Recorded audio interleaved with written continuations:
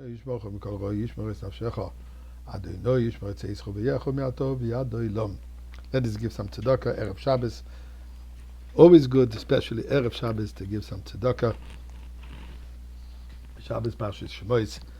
And today is the 20th day of the month of Teves, the day of the Yortzeit, of the passing of the Rambam. This is also when in the Torah portion we're starting to find out about Moshe Rabbeinu, the birth of Moshe Rabbeinu in the Parsha of this week, and the life of Moshe Rabbeinu. There is a saying, accepted saying, Mi Moshe ad Moshe lekom ke Moshe. From Moshe Rabbeinu to Moshe ben Maimon, that's the Rambam, which Rambam stands for Rabbeinu Moshe ben Maimon, our teacher Moshe the son of Maimon. There was none like them. There is a parallel drawn between Moshe Rabbeinu and the Rambam. Even just in the word, we call him the Rambam. It has over there Rabbeinu, our teacher. And in fact, Rambam is the teacher of the Jewish people. He revolutionized Jewish teaching. He revolutionized the approach to study of Torah, to be able to have the complete Torah. So today, in honor of his Yortzeit, I want to share with you an amazing story about his passing.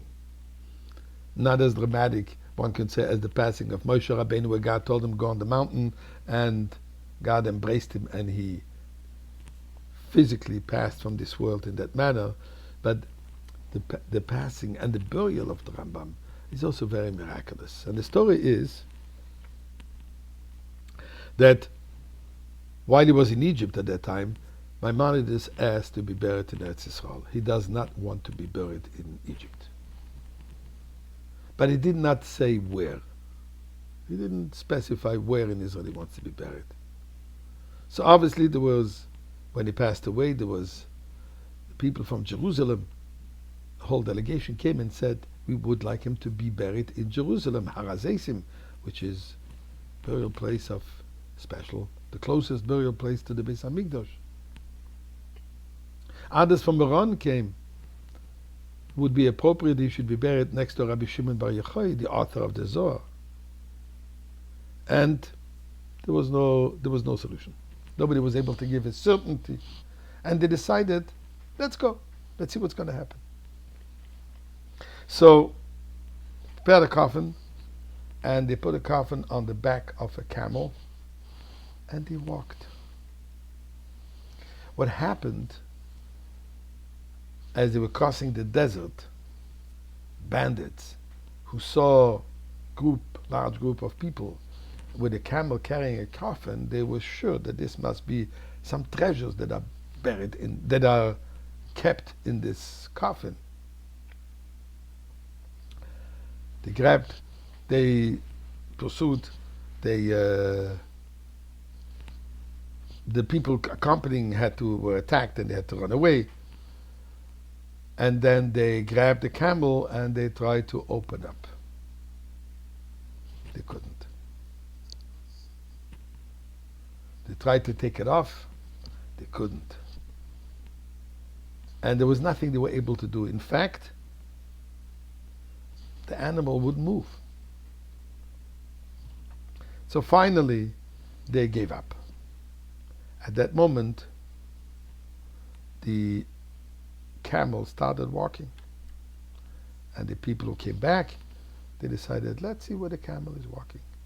And the camel walked through the desert, arrived all the way to the city of Tiberias, and it stopped at one point, and it crouched down.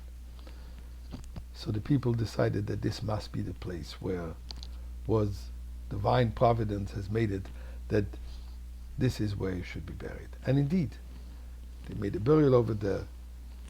Today there's a whole big construction around it, and every year by the Yortzeit, thousands of people come to study, to pray at the tomb of Rambam. But what's very interesting, eventually, they saw in Rambam's writings, when the Rambam talks about the resurrection of the dead, the Tchis HaMesim, and the Rambam is of the opinion that Tchis HaMesim, resurrection of dead, will start from that part of Eretz Yisrael. So as I said earlier, not as dramatic as the burial of Moshe Rabbeinu, but it certainly shows how the life and the burying of the Rambam is all divine, divine inspired, divine providence, and may God help us. We should see already Moshe Rabbeinu, the Rambam, Mashiach, because they're synonymous, and may this happen today.